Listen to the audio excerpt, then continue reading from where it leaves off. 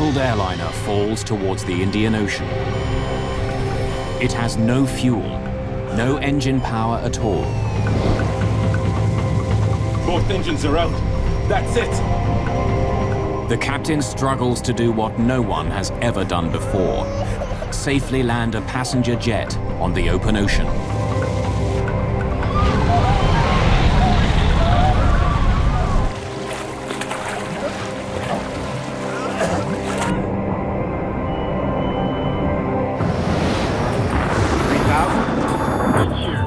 We're not getting any oxygen. We have the terrain alarm. Lima Tower, Aero Peru 603. We are in an emergency.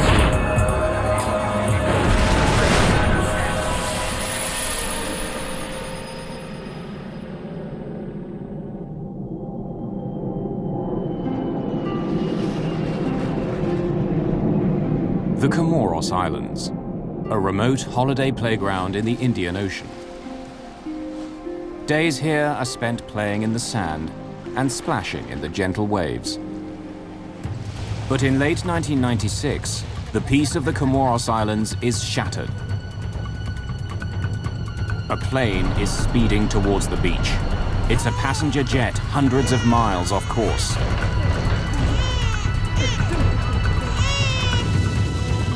There has been no explosion, no mechanical failure, yet the jet is falling out of the sky towards the ocean.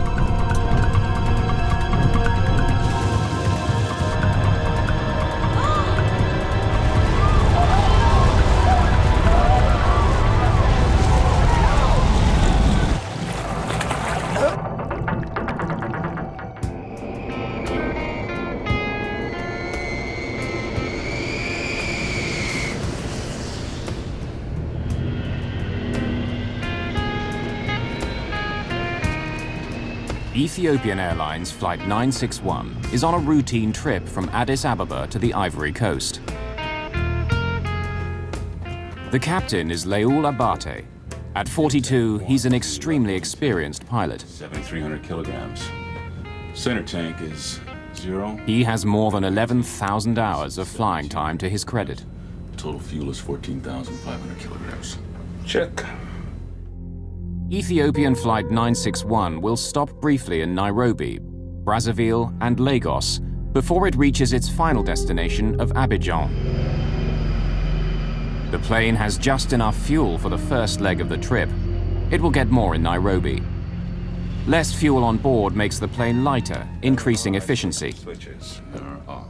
Captain Abate and his co-pilot, Jonas Makuria, expect their day's work will be over in about 12 hours when they land in the Ivory Coast. All clear. That day was a bright day, clear skies. Everything was fine. The passengers on board 961 are a mix of Ethiopians and travelers from other countries flying for business and pleasure. Michael Adenyo, seated in economy class, is a Kenyan businessman on his way home to Nairobi. I spent the whole of Friday trying to get on that flight, calling the airline every hour or so. I remember Friday night, about 11 o'clock, I called them again and they said, look, just come to the airport, we'll see if we can find a seat for you. So I sometimes feel I put myself on that aircraft. Near the front of the plane, American Frank Pancho Huddle is also getting settled in. He's the United States Consul General in Bombay. My wife, Palm, and myself decided to take a trip to Africa and go on safari. I wanted a daytime flight because it was safer. So I picked Ethiopian Airlines, which had a good reputation. It was one of the 2 carriers in all of Africa that was FAA certified.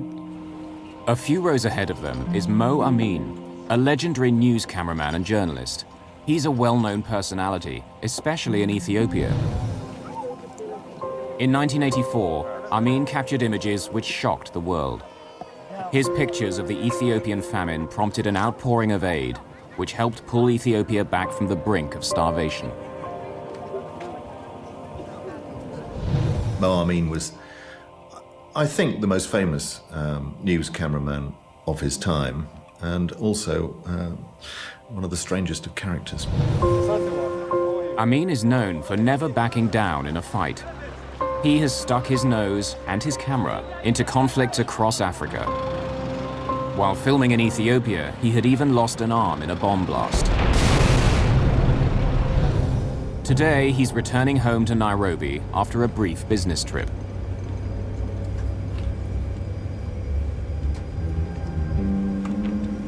By the time all the passengers are on board, Flight 961 is carrying 175 people.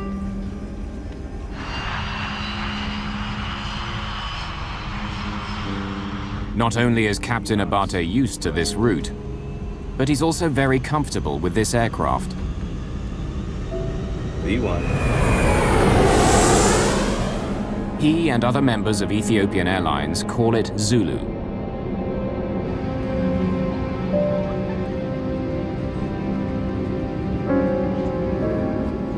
As the plane climbs into the sky, 3 Ethiopian men have settled into their seats. All are in their mid-20s. The plane is bound for Nairobi, but it's not where these passengers are planning to go.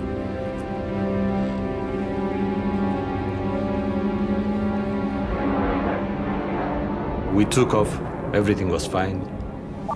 The cabin crew called us, she asked if we want to have coffee or tea, whatever. Yeah, thank you. Coffee? Make it 2. The plane is flying at 12,000 meters when the 3 young Ethiopians make their move.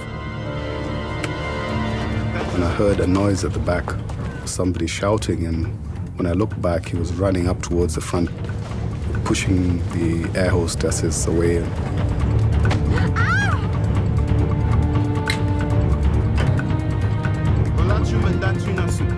There were 2 guys zipping down the plane, yelling something incomprehensible. Then a guy sort of gliding down silently came right after him, and I said, uh-oh, it's a hijacking, because they're coordinated. Initially, we sort of just looked at each other and wondered what was going on.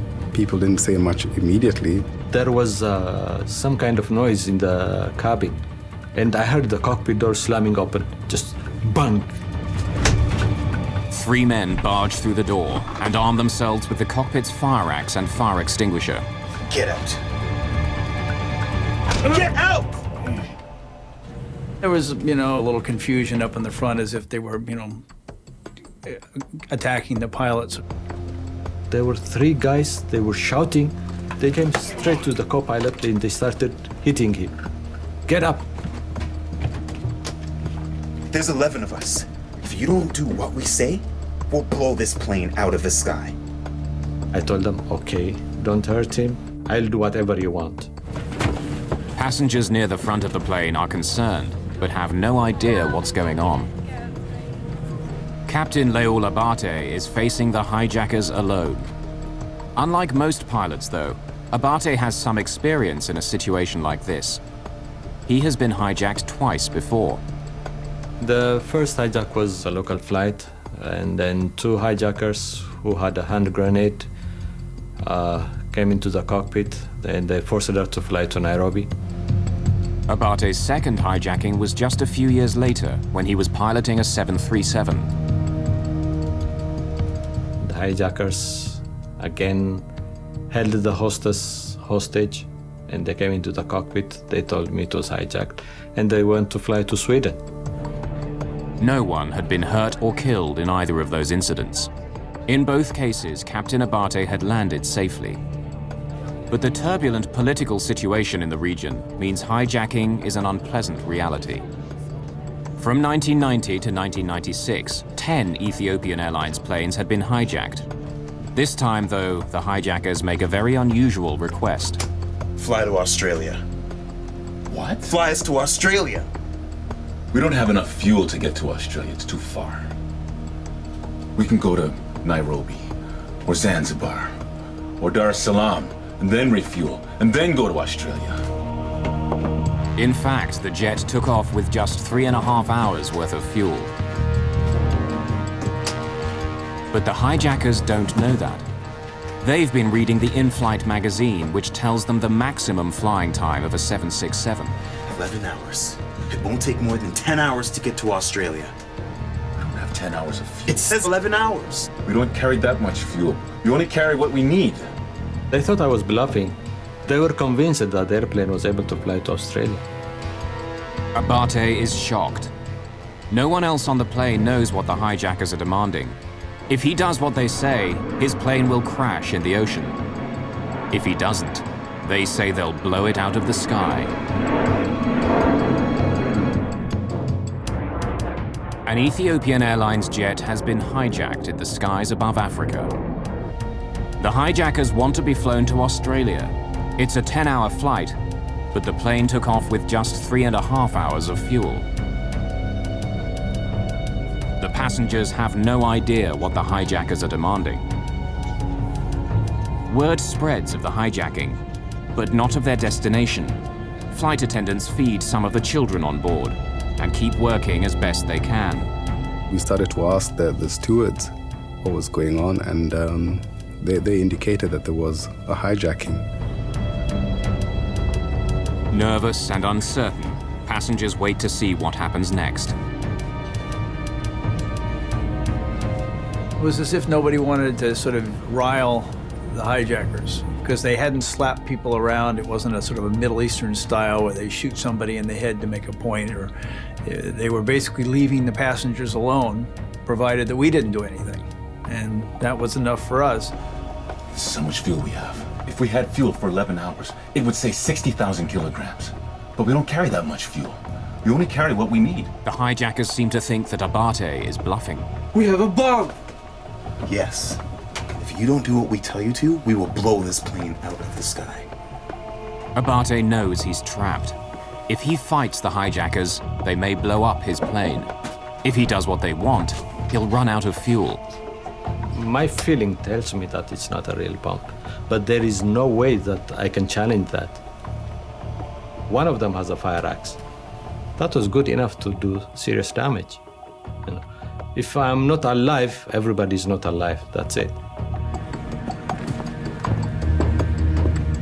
I want to talk to the passengers.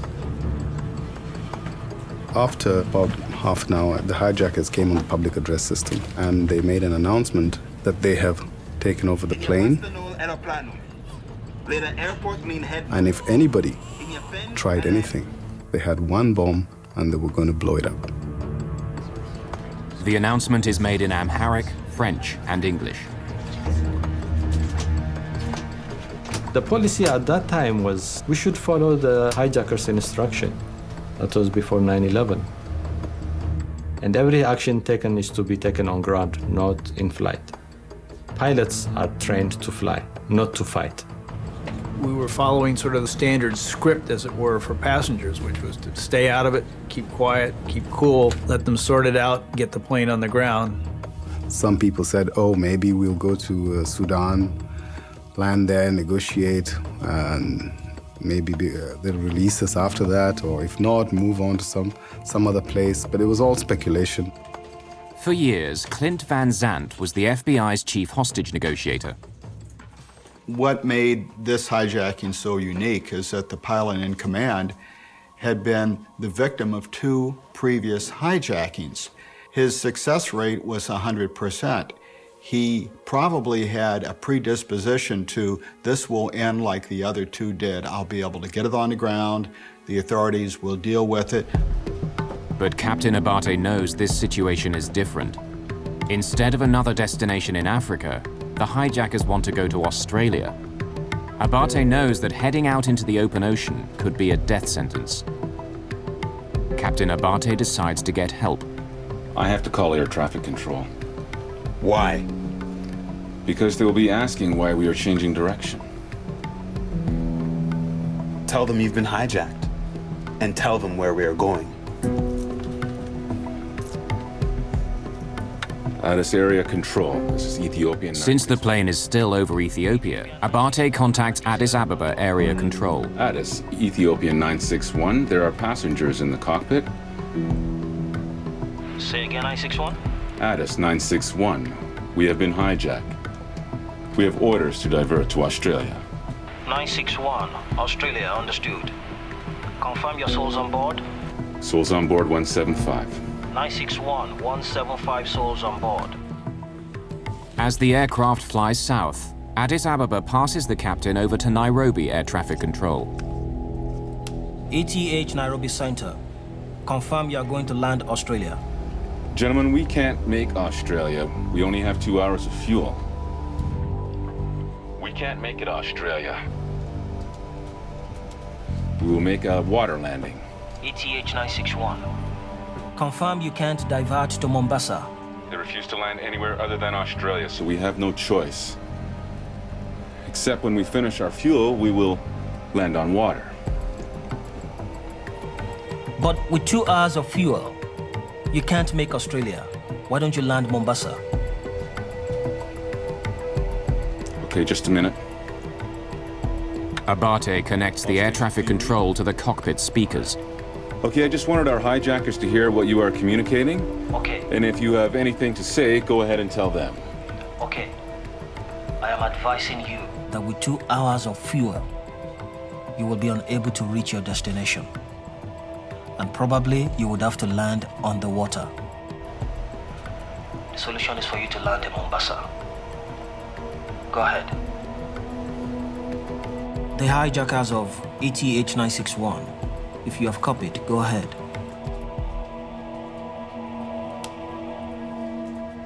Waiting to talk, stand by. Do you want to talk to them? Okay, they say they don't want to talk. They're not willing to negotiate on any terms. Confirm they are ready to land in the ocean and drown. Do you have another alternate aerodrome? Please advise. I have no alternate aerodrome. Sir, I'm in a very tight corner. Enough talk. We will not negotiate. That's bullshit. That's bullshit. They said follow our instruction. If you don't, we'll blow the airplane up. That's it. Ethiopian 961, Nairobi Control, do you read? There would be no further communications between the aircraft and air traffic control. An hour has passed since the beginning of the hijacking. No one knows exactly what's going on in the cockpit. For the rest of the passengers and crew, the flight has settled into an uneasy routine. There's a lot of time people were just whispering, and we were trying to figure out where we're going, where they're taking us, what's going to happen. And at least the people I was sitting next to, we thought that we would go from airport to airport, and there would be negotiations, and finally we would be released. We went generally south, and there was an eerie, edgy, nervous calm. Nobody's talking much, and people are in their own little individual worlds. With only a fraction of the fuel needed to get to Australia, Abate decides to defy the hijackers. Without their knowledge, he continues south instead of east towards Australia. I started following the African coastline because in case anything happens, we'll have a place to ditch or land safely because most of the cities are by the coastline. But with a glance out of the window, the hijackers suddenly realize they've been tricked. I still see land. Turn the plane! Now Captain Abate has no choice. He turns his plane east over the open ocean.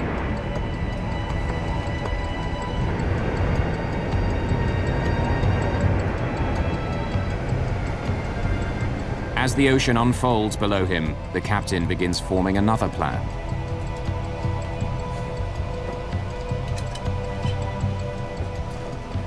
I had no chart nearby because it was on the co-pilot side.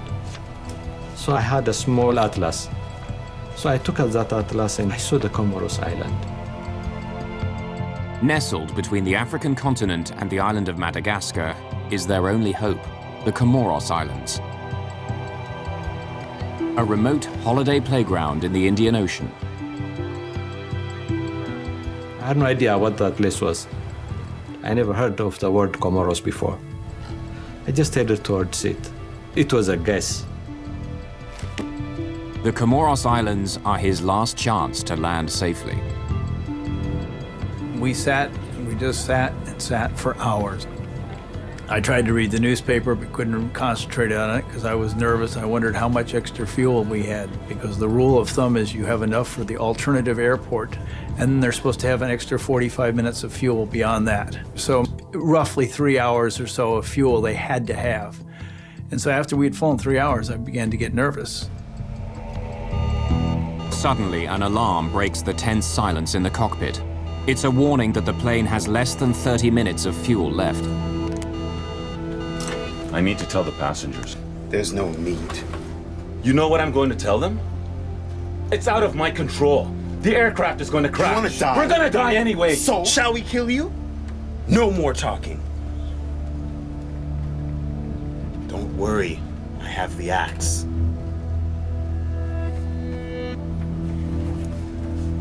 Please. At least let us attempt a controlled landing. I will die along with him. I will show him that I have guts. It's finished. We will die together. With almost no fuel, Abate decides to make his stand. We came over the island, but then fuel was running out. I decided, no, we should not go any further than this one. And I started circling that area. But how can he convince the hijackers to let him land?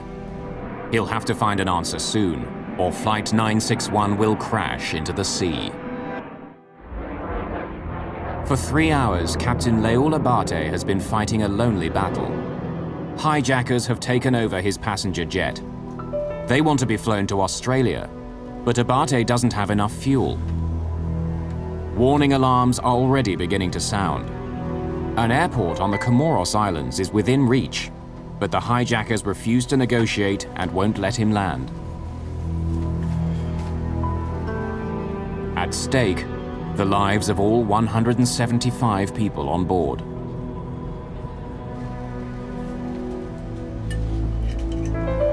They took whiskey from the duty-free, and they wanted me to drink actually, but I refused.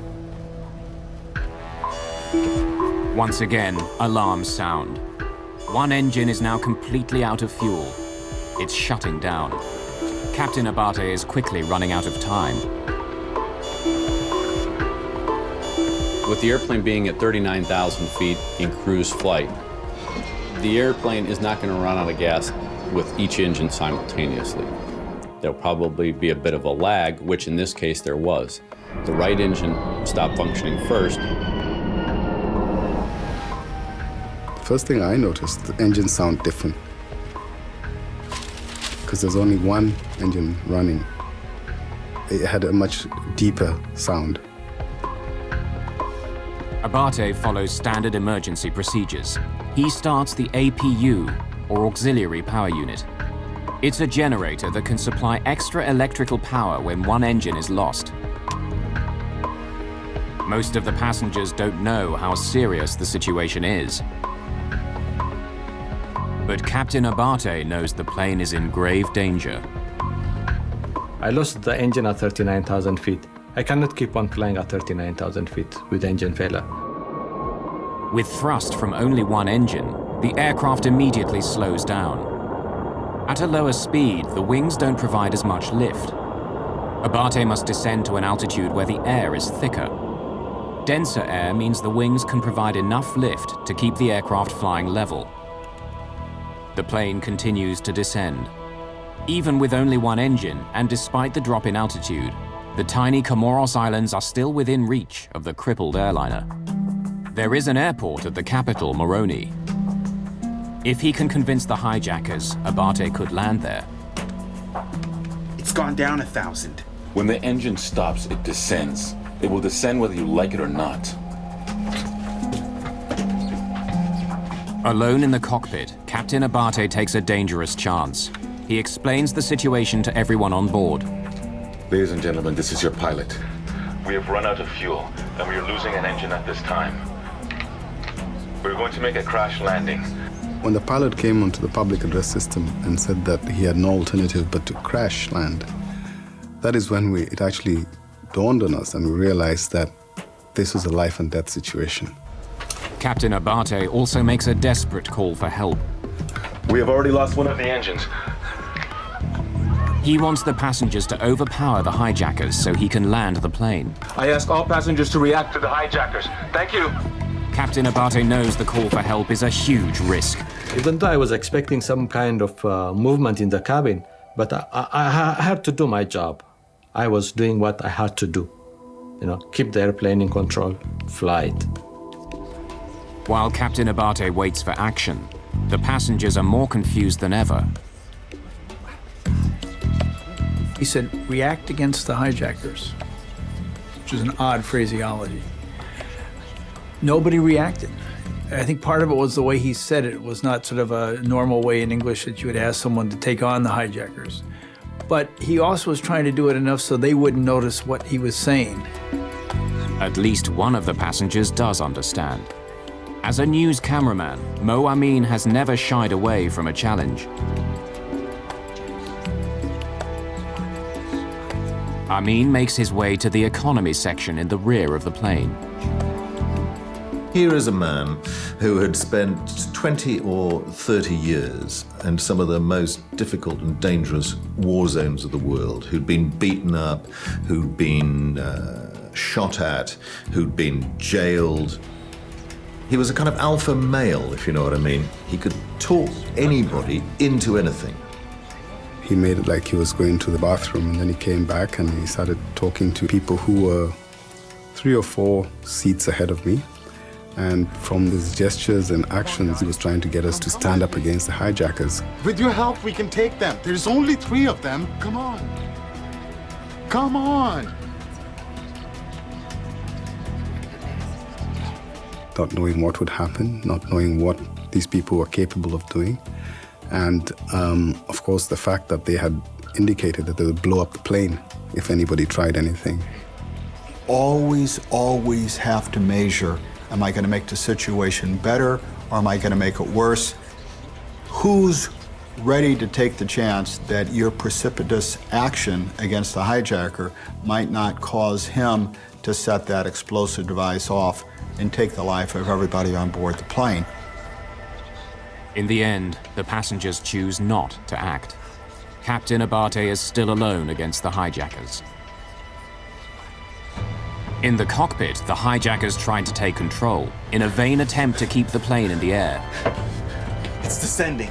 Don't worry, I'm not the one who's doing that. Inadvertently, one of the hijackers disconnects the autopilot. The plane swerves wildly.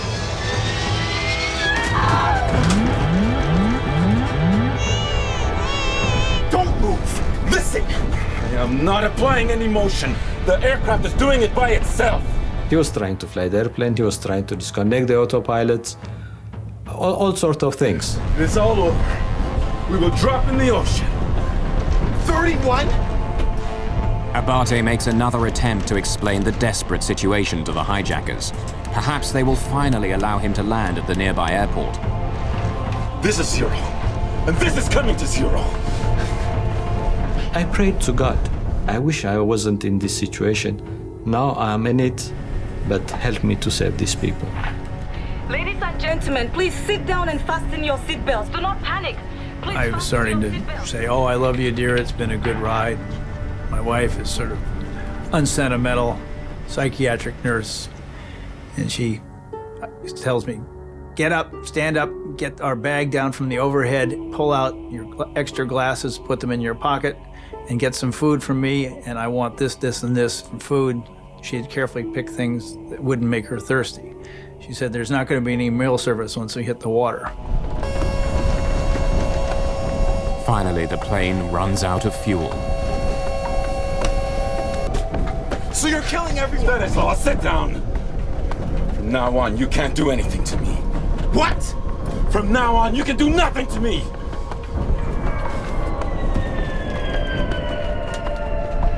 The other engine stopped, and it sort of went quiet. Then it started to get hot within the cabin. The light started to flicker, and gradually it went out. That's it. Both engines are out. That's it. Is this what you wanted? This $40 million aircraft has become a 100-ton glider.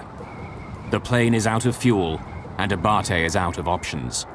A crash landing in the sea is all but inevitable. Both engines are out. That's it. Is this what you wanted? Almost 4 hours after takeoff, Ethiopian Airlines Flight 961 has finally run out of fuel. Hijackers have taken over the plane and have forced the captain to fly over the ocean.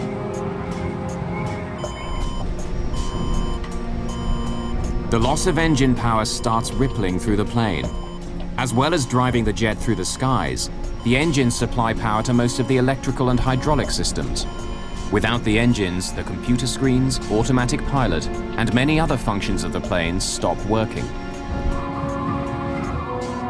Although the engines are now useless, a low-tech backup system allows the pilot to retain some control. The ram air turbine, or RAT, is the last line of defense when all the engines fail. A small trapdoor automatically opens, and the turbine, a small propeller, pops out. The rushing air turns the propeller like a windmill, generating just enough electrical power for basic flight instruments and controls, including airspeed. Since it was power off, that means there was no electrical or hydraulic power. The controls were heavy. The turbine doesn't provide enough power for Abate to operate the flaps, which would help slow the plane down for landing. Wherever he lands, Captain Abate will have to do so at a dangerously high speed. Power of landing is the power of ditching. Nobody's trained in the world. Flying over the water, you need accurate instruments. I didn't have any of the instruments. Without engines, a large passenger jet can glide 18.5 kilometers for every 1,000 meters of altitude it loses. At 6,400 meters, the Ethiopian Airlines plane can travel for nearly 120 kilometers before it hits the ground. One of the things that the captain's got to worry about now is with both engines shut down, the airplane's going to go down. It's just a matter of where, and that's going to be controlled by the pilot flying. It's an extremely dangerous situation few pilots in the world have ever faced. In 1983, another 767 pilot found himself in a similar predicament. Air Canada Flight 143 ran out of fuel and landed on an abandoned Air Force base, sustaining only minor damage. In the right circumstances, a safe landing without power is possible. Captain Abate hopes to land at the airport in the Comoros Islands, but struggling against the hijackers on the final turn, he loses his bearings and cannot visually locate the runway. I was within the vicinity of the airport, so I was keeping the airport in my sight all the time. Then through the struggle, I lost my position. I lost where I was. In the critical seconds it takes to find the airport again, he loses too much altitude and doesn't know if he can make it to a runway. A water landing is now his only option. He knew that he was going to have to ditch the airplane. He was going to have to put the airplane down in the water. How he was going to do that was now a different plan because he'd never been trained to do that, not with two engines out. Landing on the ocean is even more dangerous than bringing a plane down on the ground. If you were trying to crash land on the ground, the airplane would have a surface to slide across.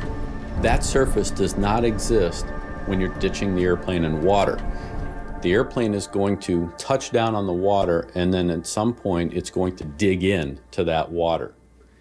When that happens, the airplane's going to try to stop instantly. In trying to bring his plane down safely, Abate faces unique challenges. Planes such as the DC-9 have flat bottoms which would skim the surface of the ocean on landing, slowing down more smoothly. But the engines on Abate's 767 hang below the body.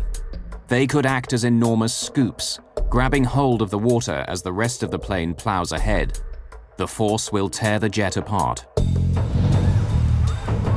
It was getting hotter and hotter, so we started to sweat because I guess the air conditioning system was not working since there was no power. And that's when people started to scream, started to panic, looking for life jackets, praying to Jesus, praying to Allah. Some ladies were asking people to go and plead with the hijackers not realizing that it wouldn't make any difference at this particular time. We didn't have any fuel, and that was it. We're going down, but I guess at that time, you know, your hope is all you have. Descending fairly rapidly. The plane is lurching wildly a couple of times. They're fighting up in the cockpit for the controls. It's my responsibility. The passengers must know what's going on.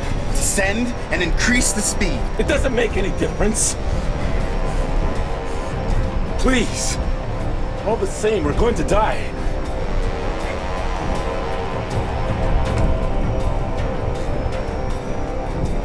Please maintain calm. Prepare for an emergency landing. Put on your life jackets, but do not inflate them.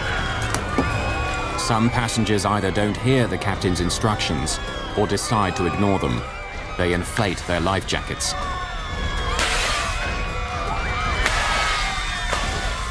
I heard a pop, pop, pop, pop, pop, pop, pop back in the tourist class. And everybody panicked and inflated their life jackets. I actually got up on my seat and told people, don't inflate your life jackets inside the plane.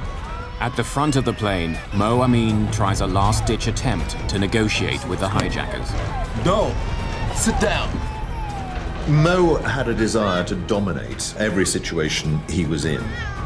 In a situation like that, it would be Mo talking to the hijackers. He would be negotiating with the hijackers. He would be, I'm sure, trying to get the other passengers to face these guys down. But Amin's efforts have no effect. The hijackers are determined to let the aircraft crash. Then, for the first time since the hijacking began, Captain Abate gets some help.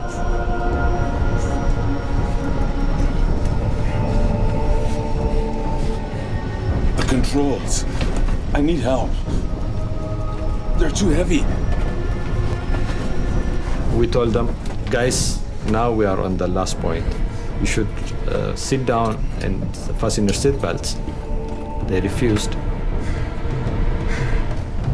I never thought I would ditch in my lifetime. I never thought I would lose 2 engines and ditch in the middle of an ocean. I never thought anything would like that happen in my life.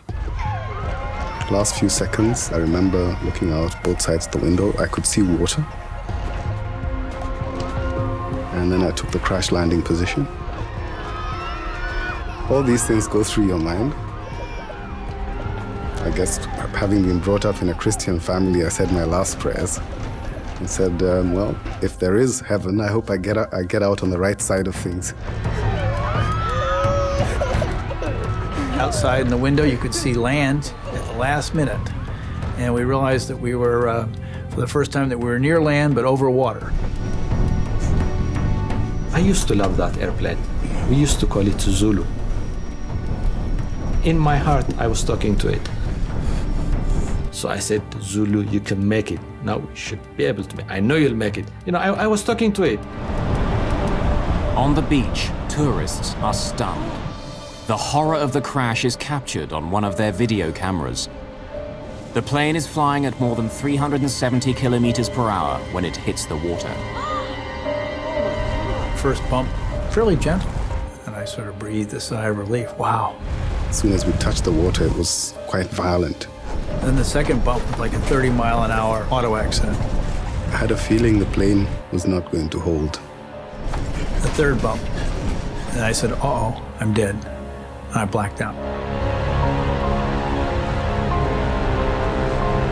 Oh my God! Oh no! The ditching was very rough. The aircraft broke apart into 3 pieces. The cockpit broke off and the tail end broke off, so we started to go down. There was water gushing in on both sides. Passengers who survived the initial impact struggle to escape from the shattered wreckage. As water pours in, people who've already inflated their life jackets become trapped. The water pushes them towards the ceiling of the plane.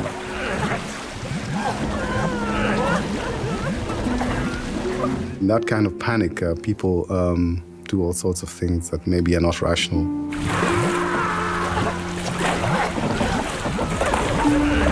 The life jackets make it very difficult to swim underwater. Many passengers can't escape the sinking cabin. The aircraft was full of water. I have no fear of water, having done competitive swimming in school. And I went for my seatbelt, and I couldn't find it buckled. So I moved my hand down to my knee and found it, pulled it open, and I pushed out. And I looked at the back of the aircraft. I could see some light at the end, and I decided to swim out in that direction.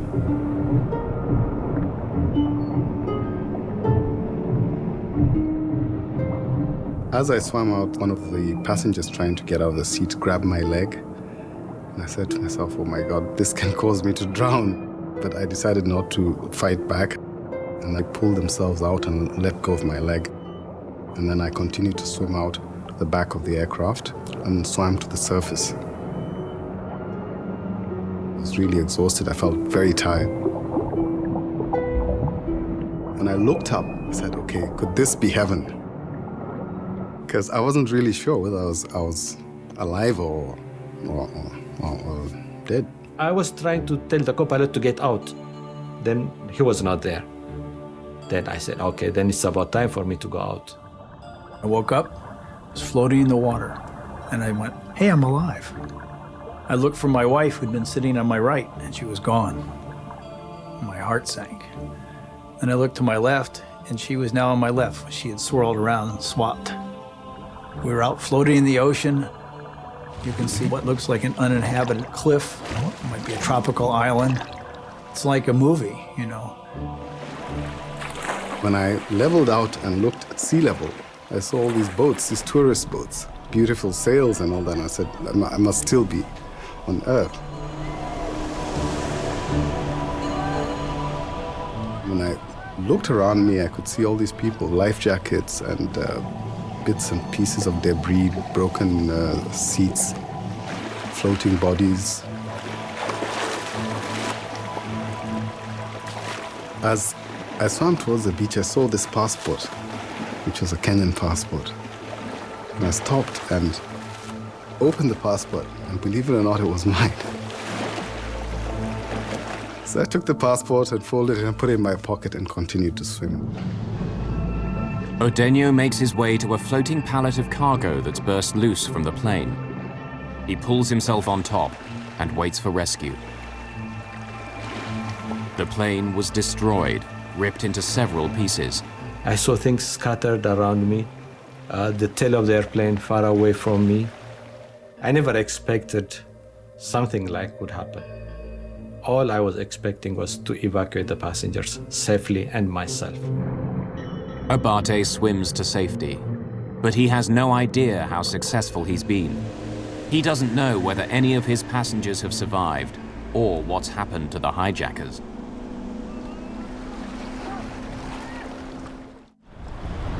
After a 4-hour struggle with hijackers, Captain Leul Abate crash lands his passenger jet in the Indian Ocean near the Comoros Islands. Oh my God! His plane is shattered, but his skill may have saved the lives of many on board. For those who survived the crash, Abate's decision to ditch the plane near the shore means that although the airliner breaks into pieces, it doesn't sink very far. Fortunately, the water was very shallow. In some cases, people were able to get out. Locals and tourists swarm out to the downed aircraft. A group of scuba divers, who narrowly missed being hit by the aircraft, help with the rescue effort. In an amazing stroke of good luck, some French doctors are staying at the resort. They offer immediate medical assistance. In the end, of the 175 people on board the plane, 50 survive. Without the actions of Abate, many more could have died. Without power and unable to use his flaps, Captain Abate lands at 370 kilometers per hour, over 100 kilometers per hour above the normal landing speed of a 767. Once the captain made the decision that he had to ditch, the best thing that he could do was keep the airplane as close to land as possible. Abate also tried to make the landing as smooth as possible. At the last moment, he turned the jet, hoping to land parallel to the waves instead of crashing into them. As soon as the plane hit the water, it was ripped out of Abate's control. The airplane touched down left wing low, so the left wing actually grabbed the water. The 767's massive, low-slung engine dug into the water, spinning the plane around. The airplane would have wanted to turn around that left wing or cartwheel. That's a lot of energy to dissipate very quickly. That's what caused the breakup sequence. The airplane broke up into 4 or 5 pieces, and that's what caused a lot of the fatalities. Panic may also have contributed to the number of deaths. Disregarding Abate's instructions, many passengers inflated their life jackets. The life vest wants to keep you buoyant or try to drive you straight up, and that could hamper and restrict your ability to get out of your seat. In some cases, people were still strapped in their seat when the airplane sank, and they unfortunately drowned. Mo Amin, who had tried to rally the passengers against the hijackers, was standing up when the plane crashed. He was probably thrown against a bulkhead when the plane crashed, dying instantly. Mo had survived everything. He had more than 9 lives. And the idea that he should just be on an ordinary standard flight, when the kind of news story that he wasn't aware of, hadn't been assigned to, caught up with him, and to be killed in this way, has a kind of horrid irony about it. The hijackers, who refused to sit for the landing, also died in the crash.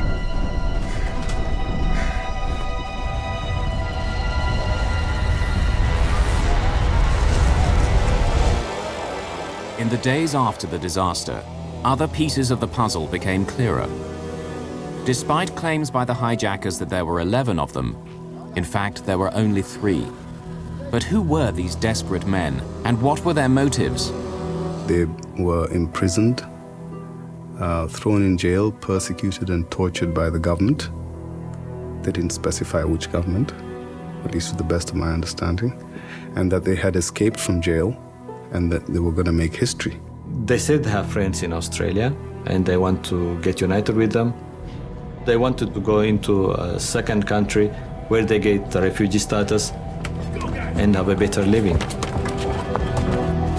Before 9/11, it was remarkably easy for hijackers to gain access to pilots. If you don't do what we say, we'll blow this plane out of the sky.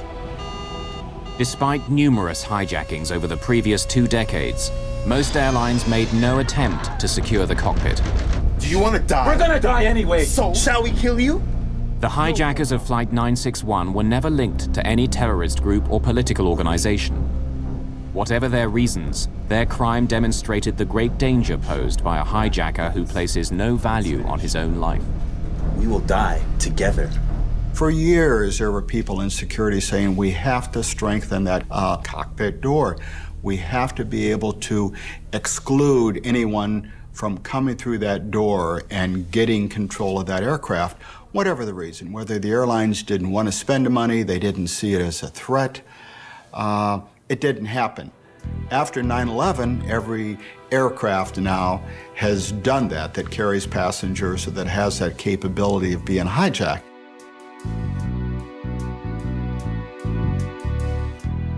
Nothing is inevitable. Nobody is immune to anything. It could be 1 in a million, but it can happen. Both Captain Leul Abate and his co-pilot, Jonas Mercuria, received many tributes for their actions on Flight 961, including a Flight Safety Foundation award. I said, it's good that I am alive, and the world has understood what I had gone through. Despite their ordeal, both Captain Abate and his co-pilot Mercuria continue to work for Ethiopian Airlines.